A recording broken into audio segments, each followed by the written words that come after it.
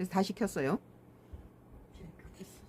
중국이 영향의 확대를 꾀하던 베네수엘라에 미국이 공습을 단행하면서 이 사태가 한중 관계에 끼칠 영향이 관심이 쏠린다.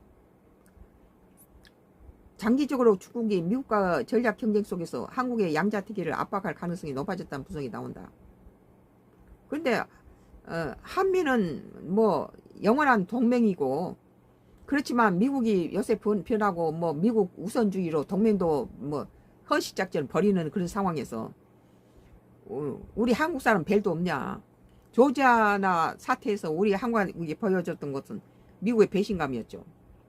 그러나 이재명 대통령이 참으로 그 트럼프를 만나서 잘 이렇게 대화를 함으로써 많이 지금 한미 관계도 부드러워지긴 했는데, 언제든지 배반할 수 있는 미국은 언제든지 우크라 편에 들지 않고 가해자인 트럼프 편에 들고, 또 트럼프와 같은 맥락에서의 뭐 덴마크 그린란드라든지 이 우크라 베네수엘라의 그 대통령은 갖다가 미군이 들어가서 체포해가지고 미국으로 공수했다는 그 말이 됩니까? 그게 말도 안 되는 소리지. 그건 테러리스트도 아니고, 그 미국이라는 민주주의이고 세계 지도자적인 국가를 세계 존경받는 미국이 이따위 짓을 한 건 국제 깡패지 뭐예요?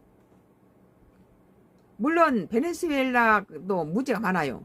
마약을 가지고 미국에다 팔아면 미국이 가만히 있겠어요? 그렇지만 그 나라 대통령을 가지고 미국을 투입해서 했다는 거, 만약 우리나라에서 그랬다면 우리 국민은 들고 불이 났을 거예요. 난리가 나지. 우리 국민들은 그렇게 만약 우리나라에서 그따위 짓 한다면 우리나라는 9.12 테러가 일어날 거예요. 우리나라 같은 경우에 만약 우리나라에서 베네수엘라 같은 짓을 미국이 한다면 우리 국민은, 우리 광주 5.18 그 사건이 있어도 미국이 침묵한 걸로 가지고 얼마나 많이 한국 국민한테 당했습니까?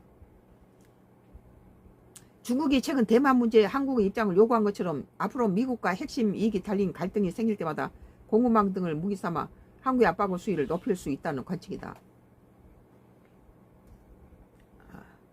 지금 미국이 한국과 일본한테다가 어떤 대만에 대해서 힘을 모아줄 것을 요구하지만, 지들은 그러면 한국에 대해서 니들이 뭐 주한미군 주둔비 9배 안 내면 우리는 주한미군 철수할 거야. 그러니까 이재명 대통령이 뭐라 했습니까? 그러면 우리는 주한미군 뭐 6배 5배로 깎자, 4배로 깎자, 이게 아니었다는 거예요.